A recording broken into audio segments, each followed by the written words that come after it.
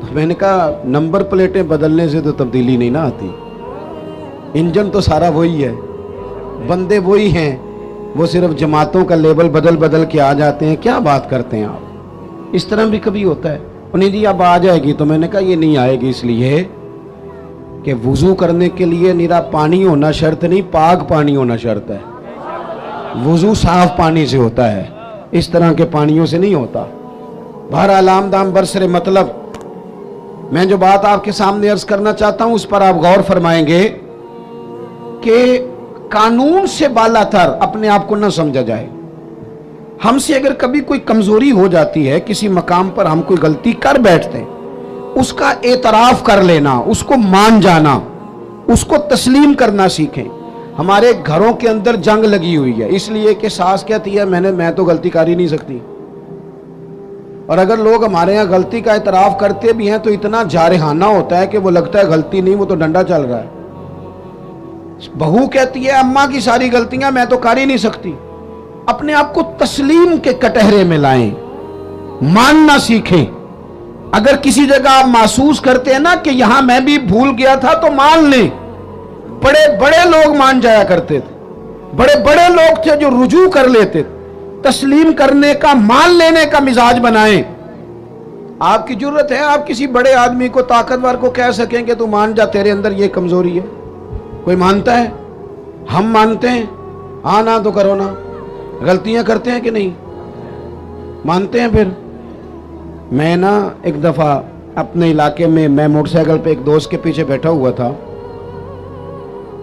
تو روڈ کے اوپر ہی نا ایک صاحب نے دوسرے کو ٹکر مار دی موٹر سائیکل کی۔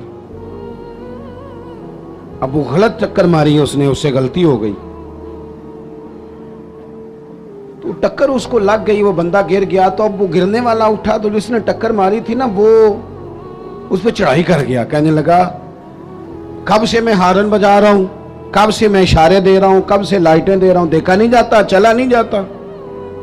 اب وہ بندہ گرا بھی تھا، تکلیف بھی ہوئی تھی، اور جس کی غلطی تھی وہ پریشر بھی ڈال رہا ہے۔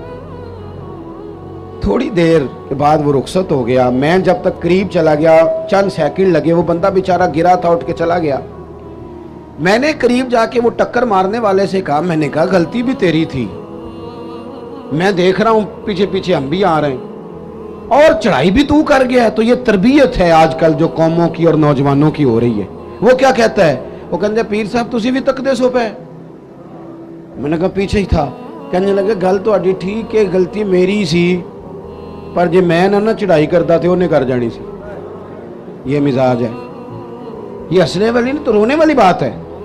جب قوموں کی تربیت اس طرح کی ہونا کہ ماننا نہیں، چڑھائی کرنی ہے، غلط بھی ہیں تو چڑھائی کرنی ہے، جھوٹے بھی ہیں تو چڑھائی کرنی، دھونس اور دھاندلی کے ساتھ، روب کے ساتھ بات منوانی، پھر قوموں کی تربیت نہیں ہوتی۔ رسول پاک صلی اللہ تعالی علیہ وآلہ وسلم نے اپنے صحابہ کو جو مزاج دیا ہے، سکون کس چیز میں ہے کہ انسان اپنے آپ کو پیش کر دے۔ پتہ ہے کیمرے لگانوں سے جرم نہیں ختم ہوتے۔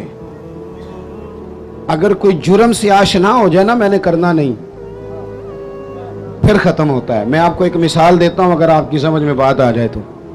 گوشت کسی نے آپ کو کھانے کو دیا اور آپ کھا رہے تھے،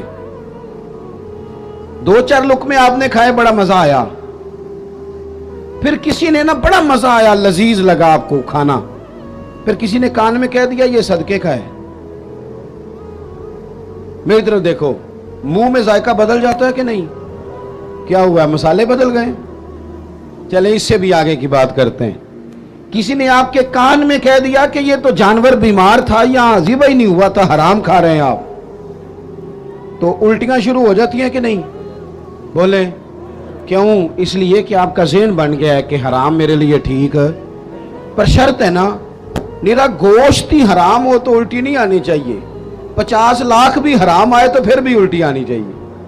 ہم نے نا کچھ چیزوں کے لیے اپنا ذہن بنایا ہے کہ حرام کھانا نہیں، تو اگر حرام، وہ ایک دوست ہمارے بات سنانے لگے، کہنے لگے ایک آدمی کو نا ایک مہنگا سا جوتا پڑا ہوا گلی میں مل گیا، پر 1 پاؤں ملا، تو وہ ڈھونڈنے لگ گیا کس کا ہے، کس کا ہے، کس کا ہے، کس کا ہے، ڈھونڈنے لگ گیا۔ تھوڑی دیر آگے جا کے نا تو دوسرا پیر بھی مل گیا، پر اس نے بندہ ڈھونڈنا بند کر دیا۔ پھر وہ گھر لے آیا، اب پورا ہو گیا نا. اس طرح کا تقوی نہیں. آپ وہ شریعت کے ہر حرام کو حرام سمجھیں.